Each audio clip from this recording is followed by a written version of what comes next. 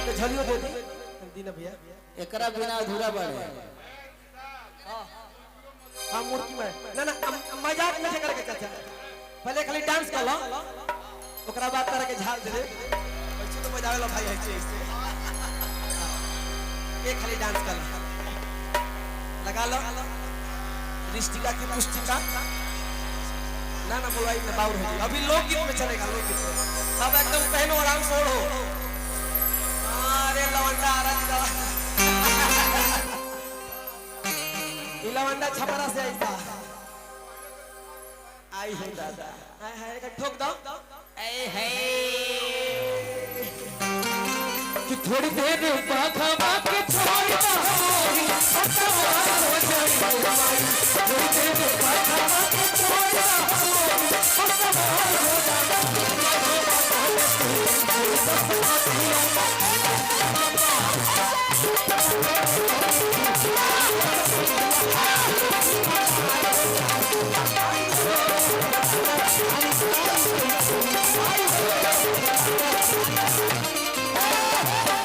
अब डांस देख ले तनी झाल के कलाकारी देख ले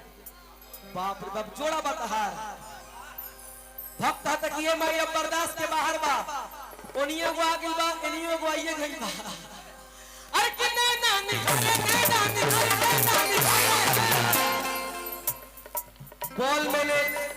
बॉल मैंने किया लेकिन बैटिंग सही से नहीं हुआ। क्रिकेट को हिंदी में क्या कहते हैं? क्रिकेट को हिंदी में क्या कहते हैं? फुटबॉल। लंब दंड गोल पिंड धर पकड़ प्रतियोगिता लंब दंड गोल पिंड धर पकड़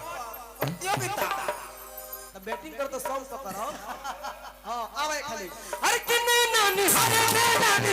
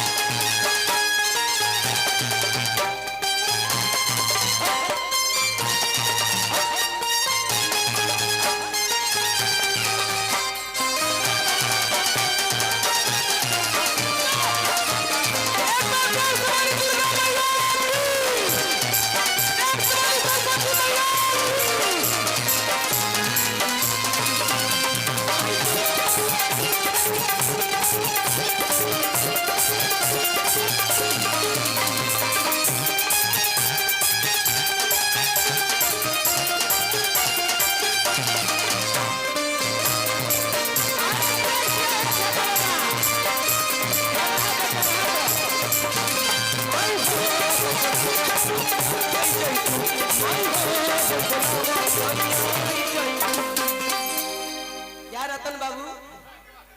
तारा गाँव में पढ़ल नहीं पौरा वो कैसे करते तनी कर लेकिन कटरिया नहीं मिल जाए ठीक बात विशाल जी हां मैं छोटू बाबा को नरेंद्र मोदी से भारत रत्न देने की मांग करता हूं। अपना अचरा के प्यार अंतिम भाव छोटा बाबा उड़ान कर दो अपना अचरा के प्यार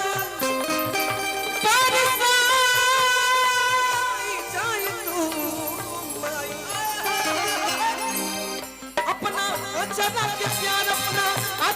के प्यार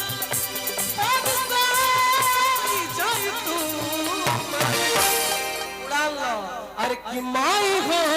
हम बुलावो तानिया होई जो माई हो तानिया होई जो माई हो